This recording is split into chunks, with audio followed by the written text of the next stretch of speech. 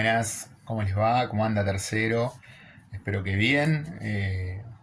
Estamos volviendo al ruedo. Acá me hice un machete todo lo que tengo que decir para no olvidarme de nada.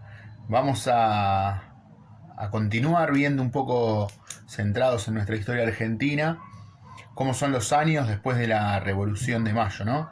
Ya habíamos explicado también entre el trabajo de arte y el video que hicimos antes lo que costó no solo defender la revolución, sino llegar a la independencia y a partir de ahí defender esa independencia en todo el territorio latinoamericano, ¿no? Esto es algo que se extendió por el virreinato. Y en el medio de eso, un país o un territorio, todavía no podemos ni siquiera llamarlo país, que intenta organizarse. En esta organización va a haber muchas divisiones, muchos conflictos. Sabemos que también pasaron diferentes tipos de gobiernos a lo largo de los años, desde aquel 9 de julio, ¿no? Pasamos con la primera junta, o sea, previamente a Mayo, después llegó la junta grande, después llegan los triunviratos, ¿no? Y a partir del 9 de julio, con esa declaración de independencia, aparece el directorio. El directorio va a durar unos años hasta que los conflictos internos empiezan a ser cada vez más grandes y culmina todo este intento de organización nacional con la batalla de Cepeda.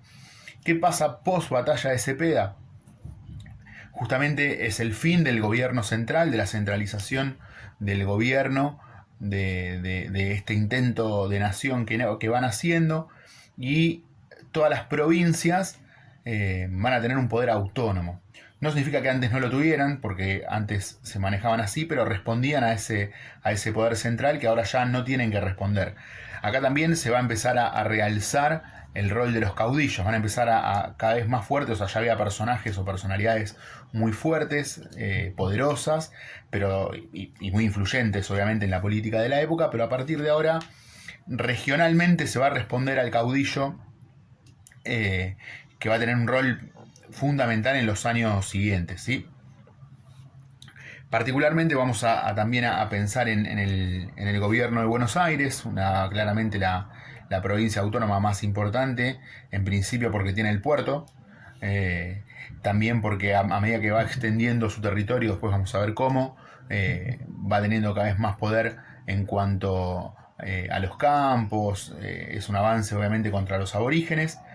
Pero aparece un personaje súper interesante en esta época que vamos a ver, que es Rivadavia, el famoso sillón de Rivadavia. Si no lo escucharon nunca, cuando un presidente gana la elección y se proclama justamente en ese cargo, decimos que se sienta en el sillón de Rivadavia. Bueno, Rivadavia va a ser el primer presidente. Sí, no, más o menos. Bueno, vamos a ver que Rivadavia primero impulsa un montón de medidas desde su rol en el gobierno de Martín Rodríguez. Martín Rodríguez era el gobernador de Buenos Aires y él era parte de su gabinete, y genera una modernización, o sea, Rivadavia impulsa desde su rol un montón de reformas, la modernización de la ciudad entera.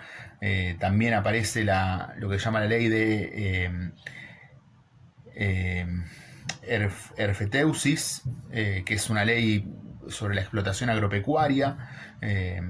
Esto hace crecer justamente las dimensiones del campo, las vende a un precio accesible, la vende mucho a familias amigas del poder, ¿no? Esto tiene ciertas contradicciones, hace una reforma muy grande en lo educacional. La educación cambia a partir de la mirada de Rivadavia, también en lo militar, en lo eclesiástico. Por ejemplo, tenemos la creación de la Universidad de Buenos Aires, de la UBA, en 1821. Rivadavia favorece la creación de la universidad. Entonces, bueno, se empieza a abrir el juego, y también a partir de todo lo que va generando Buenos Aires aparece otra vez este intento de reorganización nacional, de crear otra vez ser un país con un gobierno centralizado. Y en 1824 empieza un congreso constituyente. ¿Qué significa un congreso constituyente? Que los representantes de todas las provincias autónomas empiezan a juntarse, ¿sí?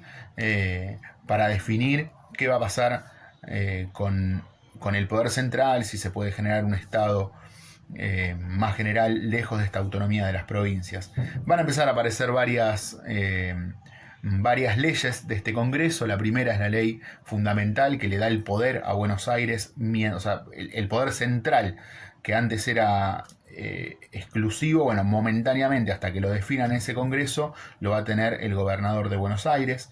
La ley de capitalización, hay un territorio específico de Buenos Aires que va a ser la capital de esta nación, que es lo que hoy conocemos como capital federal. Obviamente van a haber idas y vueltas, y la ley de presidencia que lo corona, ¿sí?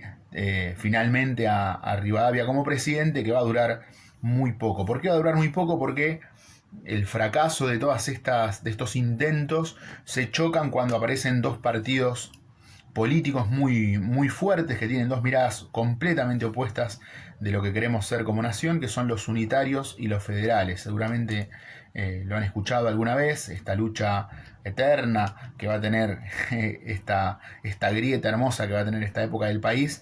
Va a generar muchos problemas internos, hasta va a generar algunas guerras civiles, algunos asesinatos, como por ejemplo la muerte de Dorrego, que era en ese momento gobernador de Buenos Aires. Y entre otras cosas, dentro de estas problemáticas internas también aparece una guerra con Brasil, que va a generar, ante la derrota absoluta contra Brasil, y que esto termina generando la independencia de Uruguay como un país libre, independiente y como un estado separado. Bueno, va a generar una ruptura muy grande y vamos a volver a continuar. O sea, todos estos intentos de ser una nación unificada no van a resultar, y las provincias van a seguir trabajando de manera autónoma durante mucho tiempo, ¿sí? Esto va a generar claramente muchos problemas para lo que es la organización del Estado argentino, pero bueno, es un poco entender cuál es la dinámica de este proceso. Ya vimos que entre 1810 y 1820 son tiempos más revolucionarios, más de armas tomar. A partir del año 20 hay cierta burocracia, pero no cambia tanto el tema de la estabilidad en cuanto a lo político. Así que esto es lo que vamos a ver en este trabajo. Vamos a hacer algunas preguntas como para ir profundizando algunos temas, pero lo más importante es ir entendiendo la continuidad de todo el proceso que estamos viendo. Bueno, espero que hayan entendido, que obviamente van a buscar en internet, en algún manual, donde tengan la información que voy a pedir, y les pido también que vayan poniéndose al día con las actividades, porque como ven, hay una continuidad, ¿sí? Nosotros vamos explicando un tema tras otro, no como temas sueltos, sino como justamente el proceso de lo que fue todo este proceso de organización nacional que va a terminar en la Argentina actual. Nosotros vamos a llegar hasta 1880 más o menos, es lo que yo espero para fin de año. Así que bueno, ir haciendo los trabajos significa ir entendiendo un tema tras otro como un gran proceso. Así que bueno, les pido que a los que todavía no están al día se pongan al día, a los que vienen trabajando bien que sigan así, y les mando un gran abrazo, y extraño obviamente como todos estar en la escuela. Adiós.